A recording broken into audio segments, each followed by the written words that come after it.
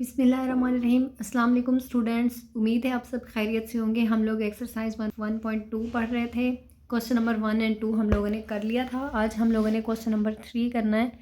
तो इसमें क्या चीज़ है, from the following matrices identify diagonal, scalar and unit identity matrix. उन्होंने बोला है कि ये मैट्रिसेस उन्होंने दी हुई है, ये सारी मैट्रिसेस उन्होंने दी हुई हैं। हम लोगों ने क्या चीज़ फाइंड करनी है, हमने फाइंड करना है कि कौन सी डायगोनल है मैट्रिक्स, कौन सी स्केलर है और कौन सी आइडेंटिटी मैट्रिक्स है। तो चलिए सबसे पहले देखते हैं डायगोनल मैट्रिक्स को। Diagonal matrix, a square matrix A is called a diagonal matrix if at least any one of the entries of its diagonal is not zero. उन्होंने बोला है कि एटलीस्ट इस डायगोनल में एक डायगोनल की जो एंट्रीज दी हुई हैं ना, मैंने आपको बताया था कि डायगोनल क्या होता है, इसको हम लोग डायगोनल बोलते हैं। ठीक है, इस फॉर्म में जो नंबर्स लिखे होते हैं इनको हम डायगोनल बोलते हैं। और इन डायगोनल्स में उन्होंने कहा है कि कोई एक भी एंट्री जो है अगर नॉन ज़ीरो होगी तो वो डायगोनल मैट्रिक्स होगी। ठीक है, ये सारी एंट्रीज दी हुई हैं, उन्होंने बोला है कि ये नॉन ज़ीरो होनी चाहिए। ठीक है, तो is not zero and non diagonal entries are zero. Okay, non diagonal entries जो हैं, नॉन डायगोनल एंट्रीज, इसका क्या मतलब है, ये जो है ना, ये नॉन डायगोनल एंट्रीज है। उन्होंने बोला है कि ये ज़ीरो होंगी बट इन ये जो डायगोनल एंट्रीज हैं ये नॉन ज़ीरो होनी चाहिए। अब देखें, जैसे यहाँ पे ये दोनों डिफरेंट हैं, ठीक है, डिफरेंट हैं और यहाँ पे ज़ीरो ज़ीरो है, तो ये इसको हम क्या बोलेंगे, ये डायगोनल मैट्रिक्स है।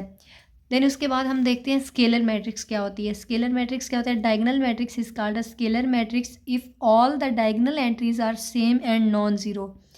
उन्होंने बोला है कि स्केलर मैट्रिक्स वो मैट्रिक्स होती है कि जहाँ पे डायगोनल के जो यहाँ पे एंट्रीज डायगोनल की दी हुई हैं, ये जो डायगोनल के सारे एलिमेंट्स दिए हुए हैं, उन्होंने बोला है कि ये सारे के सारे सेम होने चाहिए। जैसे अब देखें यहाँ पे के है, अब यहाँ देखिए 2 2 एंड 2 है, 3 एंड 3 है, ये सारे सेम होने चाहिए और बाकी जो है नॉन डायगोनल है वो ज़ीरो हों, तो उसको हम क्या बोलते हैं, स्केलर मैट्रिक्स है। ये इन्होंने मैट्रिक्स दी हुई है, हमने इसको देखना है कि ये कौन सी मैट्रिक्स है। ठीक है, इसको हमने आइडेंटिफाई करना है। अब इसमें देखें कि हमने पढ़ा है कि स्केलर मैट्रिक्स वो मैट्रिक्स होती है जिसके जो है डायगोनल के जो एलिमेंट्स हैं वो सेम होने चाहिए और नॉन डायगोनल जो है वो ज़ीरो हो। तो इसमें डायगोनल के एलिमेंट सेम है और नॉन डायगोनल जो है वो ज़ीरो है, तो ये जो होगी ये स्केलर मैट्रिक्स होगी। A is a scalar matrix. क्यों होगी, क्योंकि because all of the diagonal entries of the matrix A R same and non zero. ठीक है, कि इसकी सारी जो डायगोनल एंट्रीज़ हैं वो सेम होंगी और नॉन ज़ीरो होंगी। सेम है और नॉन ज़ीरो है, दोनों सेम होंगी और नॉन ज़ीरो होंगी। ओके, उसको हम बोलते हैं ये स्केलर मैट्रिक्स है। बी पार्ट देखते हैं। हम लोगों ने डायगोनल की डेफिनेशन देखी थी कि उसमें जो है वो डायगोनल के एलिमेंट्स हो, एटलीस्ट एक एलिमेंट उसमें जो है वो नॉन ज़ीरो हो, बाकी जो है नॉन डायगोनल वाले जो एलिमेंट्स हैं वो ज़ीरो होने चाहिए, तो उसको हम क्या बोलते हैं, डायगोनल। अब इसमें देखें दोनों वैल्यूज़ जो हैं वो डिफरेंट हैं, हमने देखा था दोनों वैल्यूज़ डिफरेंट हैं और जो है डायगोनल जो है, नॉन डायगोनल जो है वो ज़ीरो है, तो इसको हम क्या बोलते हैं कि ये डायगोनल है। Matrix B is a diagonal matrix because, क्यों डायगोनल है, at least any one of the entries of its diagonal is not zero. तो इसमें देखें कि दोनों एंट्रीज इसमें नॉन ज़ीरो हैं। ठीक है, इसमें ज़ीरो नहीं है।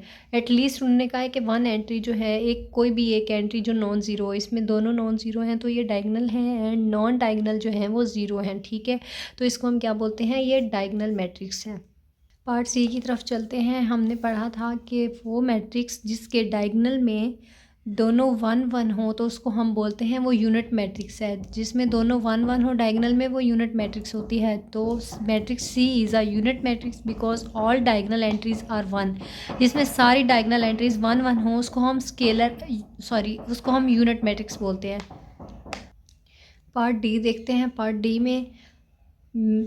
डी में देखें, हमने पढ़ा था कि कोई एक जो है ना, डायगोनल एंट्रीज़ में से कोई एक एंट्री जो है वो नॉन ज़ीरो हो तो वो डायगोनल मैट्रिक्स होती है। Matrix D is a diagonal matrix because at least any one of the entries of its diagonal is not zero. उनमें से कोई एक भी एंट्री अगर नॉन ज़ीरो होगी तो वो डायगोनल मैट्रिक्स होगी। ठीक है, and non diagonal entries are zero. जो ये नॉन डायगोनल एंट्रीज़ हैं ये दोनों ज़ीरो हैं। ओके, तो इसको हम क्या बोलते हैं, ये डायगोनल मैट्रिक्स है। अब ई को देखते हैं। सबसे पहले हम लोगों ने इसको सिंप्लीफाई कर लेना है, ठीक है। 5 में से 3 को माइनस करना है, यहाँ पे 2 आएगा और ये 1 + 1 ये 2 आएगा। इसको हम सिंप्लीफाई करेंगे। अब हमने इसमें देखना है कि ये कौन सी मैट्रिक्स है। अब इसमें देखें, हमने स्केलर मैट्रिक्स की डेफिनेशन पढ़ी है कि अगर डायगोनल एंट्रीज दोनों सेम होंगी, ठीक है, यहाँ पे भी 2 है, यहाँ पे भी 2 है, दोनों सेम होंगी और नॉन डायगोनल वो हैं वो 0 होंगे, तो उसको हम बोलते हैं स्केलर मैट्रिक्स। तो ये है स्केलर मैट्रिक्स। तो हम क्या लिखेंगे, matrix is a scalar matrix because all the diagonal entries are same and non zero, ठीक है। डायगोनल एंट्रीज जो हैं वो दोनों सेम हैं और नॉन ज़ीरो हैं, तो इसको हम बोलते हैं ये स्केलर मैट्रिक्स है। क्वेश्चन नंबर 4 को देखें, find negative of matrix A B C and D and E, ठीक है। इन्होंने बोला है कि इनके जो है ना हमने नेगेटिव फाइंड करने हैं। तो किसी भी मैट्रिक्स का नेगेटिव फाइंड कैसे करते हैं, हम लोगों ने उनके साइन चेंज कर देना है, ठीक है। A = अब देखें यहाँ पे 1 है तो हम लोगों ने इसके साथ माइनस लगा देना है, ठीक है। यहाँ पे 0 0 तो कोई फ़र्क नहीं पड़ता, माइनस हो या प्लस हो वो 0 ही रहता है, ठीक है। तो यहाँ पे -1 है तो माइनस को हम लोगों ने प्लस कर देना है, साइन बस चेंज कर देने हैं हम लोगों ने। देखें इसका नेगेटिव ये है। अब इस मैट्रिक्स का नेगेटिव कैसे फाइंड करेंगे, B सिंपली हम लोगों ने अंदर साइन चेंज कर देने हैं। जिसके साथ माइनस नहीं है उसके साथ माइनस लगा देना है, -3। फिर यहाँ पे ये जो माइनस है इसको प्लस कर देना है, ठीक है। यहाँ पे माइनस, यहाँ प्लस है तो हम इसको -2 कर देंगे, यहाँ -1 कर देंगे। अब C को देखते हैं, C यहाँ ये सारे पॉजिटिव वाले हैं तो इन सब को हम माइनस कर देते हैं, इन सब के साथ नेगेटिव लगा देते हैं, -6 -3 एंड -2। D को देखें, D यहाँ माइनस है तो यहाँ पॉजिटिव हो जाएगा, +3 हो जाएगा। ये प्लस है तो ये माइनस हो जाएगा, -2 हो जाएगा, ये +4 हो जाएगा, ये -5 हो जाएगा। अब E को देखें, E यहाँ +1 है तो -1 हो जाएगा, यहाँ -5 है तो +5 हो जाएगा, यहाँ -2 हो जाएगा और यहाँ -3 हो जाएगा। तो हम इसको क्या बोलते हैं कि इसका नेगेटिव है, इसके साइन सिंपली साइन चेंज कर देने हैं। तो चलें बेटा क्वेश्चन नंबर 5 देखते हैं। क्वेश्चन नंबर 5 में हमने क्या फाइंड करना है, find the transpose of each of the following matrices, ठीक है। उन्होंने मैट्रिसेस हमें उन्होंने सारी मैट्रिसेस दी हुई हैं, हम लोगों ने इनके ट्रांसपोज फाइंड करने हैं। तो किसी भी मैट्रिक्स का ट्रांसपोज कैसे फाइंड किया जाता है, तो चलिए देखते हैं कैसे ट्रांसपोज फाइंड करते हैं। सबसे पहले हम लोगों ने, जैसे ये मैट्रिक्स A है, ठीक है, सबसे पहले हम इसका ट्रांसपोज फाइंड करते हैं। तो इसके ऊपर हम लोगों ने सिंपली T लगा देना है ट्रांसपोज को डिनोट करने के लिए, ठीक है। अब ट्रांसपोज फाइंड करने की, ट्रांसपोज क्या होता है, उसमें हम लोगों ने देखना होता है जो कॉलम होते हैं उसको हम रो बना देते हैं, जो रो होती है उसको हम कॉलम बना देते हैं।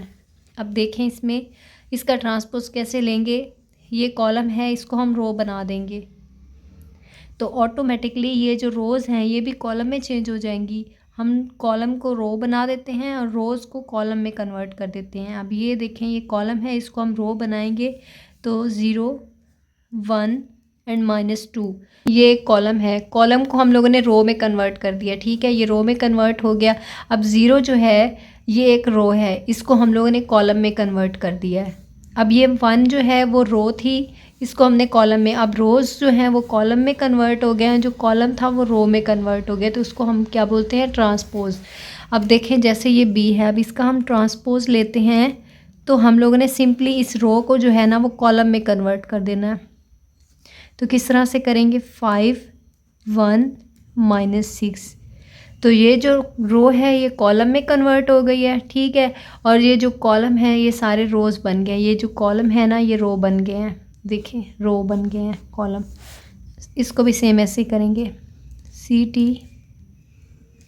अब ये जो रोज़ हैं इनको हम कॉलम में कन्वर्ट करेंगे, 1 2, इस रो को भी कॉलम में करेंगे, इस रो को भी कॉलम में कन्वर्ट करेंगे, 3 0, इसको हम बोलते हैं ट्रांसपोज। अब ये D है, इसको भी सिंपली वैसे ही करेंगे, रो को कॉलम में करेंगे कन्वर्ट, 0 5। हमने यही करना होता है कि रोज़ को कॉलम में कन्वर्ट करेंगे तो ऑटोमेटिकली जो रोज़ होंगी वो कॉलम बन जाएंगे, जो कॉलम होंगे वो रोज़ बन जाएंगी, ठीक है। अब ये E है, इसको देखें, इसमें हमने क्या करना है, इसमें ये जो रोज़ हैं इनको भी हम लोगों ने कॉलम में कन्वर्ट कर देना है। ई इज़ इक्वल टू ये फर्स्ट रो जो है इसको हम कॉलम बना देंगे एंड सेकंड रो को भी हम लोग कॉलम बना देंगे। अब एफ है, पार्ट एफ को सॉल्व करते हैं। इस रो को कॉलम बना देंगे एंड इस रो को भी कॉलम बना देंगे। तो किसी भी मैट्रिक्स का ट्रांसपोज कैसे लेते हैं? ट्रांसपोज लेने के लिए हम लोगों ने रोज़ को कॉलम में कन्वर्ट कर देना होता है और कॉलम को रोज़ में कन्वर्ट कर देना होता है। बिस्मिल्लाहिर्रहमानिर्रहीम, चलते हैं क्वेश्चन नंबर 6 की जानिब। अब इसमें देखते हैं इसमें हमने क्या वेरीफाई करना है। वेरीफाई दैट इफ़, उन्होंने दो मैट्रिक्सेस दी हुई हैं, हमें दो मैट्रिक्स दी हुई हैं, एक मैट्रिक्स ए है और एक मैट्रिक्स बी है। तो हमने क्या फाइंड करना है? हमने फाइंड करना है कि हम लोगों ने ए का, सबसे पहले हम लोगों ने ए का ट्रांसपोज लेना है। ओके, ए का ट्रांसपोज लेने के बाद हम लोग जो आंसर आएगा उसका भी हम लोग अगेन ट्रांसपोज लेंगे। तो जो ये दोनों स्टेप करने के बाद जो आंसर आएगा हमें वो ए के इक्वल होगा, मींस कि वो यही वाला आंसर सेम आ जाएगा। तो इसको हम लोगों ने सबसे पहले, इस तरह का अगर कोई क्वेश्चन होता है तो बेटा हम लोगों ने इसमें क्या करना होता है, इस तरह के क्वेश्चन को सॉल्व करने के लिए हम लोगों ने सबसे पहले लेफ़्ट हैंड साइड को सॉल्व करना होता है। और लेफ़्ट हैंड साइड जो है वो उन्होंने बोला है कि राइट हैंड साइड के इक्वल होनी चाहिए। तो ये जो है क्वेश्चन ये वेरीफाई हो जाएगा, मींस कि ये इसका सोल्यूशन जो हम निकालेंगे वो करेक्ट होगा अगर ये इसके इक्वल आ गया तो। चलें इसको सॉल्व करते हैं। सबसे पहले हम लोगों ने लेफ़्ट हैंड साइड को लेना है। अब इसको कैसे सॉल्व करना है? ए का जो है ट्रांसपोज, फिर उसका हम लोगों ने ट्रांसपोज लेना है। ठीक है, अब सबसे पहले हम लोगों ने क्या चीज़ देखनी होती है कि जो वैल्यू ब्रैकेट के अंदर होती है उसको हम लोगों ने सबसे पहले सॉल्व करना होता है। अब इसमें हम लोगों ने सबसे पहले ए का ट्रांसपोज लेना है। ठीक है, फिर अगेन हम लोगों ने फिर उस आंसर का भी ट्रांसपोज लेना होगा। तो ए जो है, ए की वैल्यू कौन सी है? ए की वैल्यू ये है, A is equal to 0 1 2 0 and 1, ये ए है। तो इसका हम लोग ट्रांसपोज कैसे लेंगे?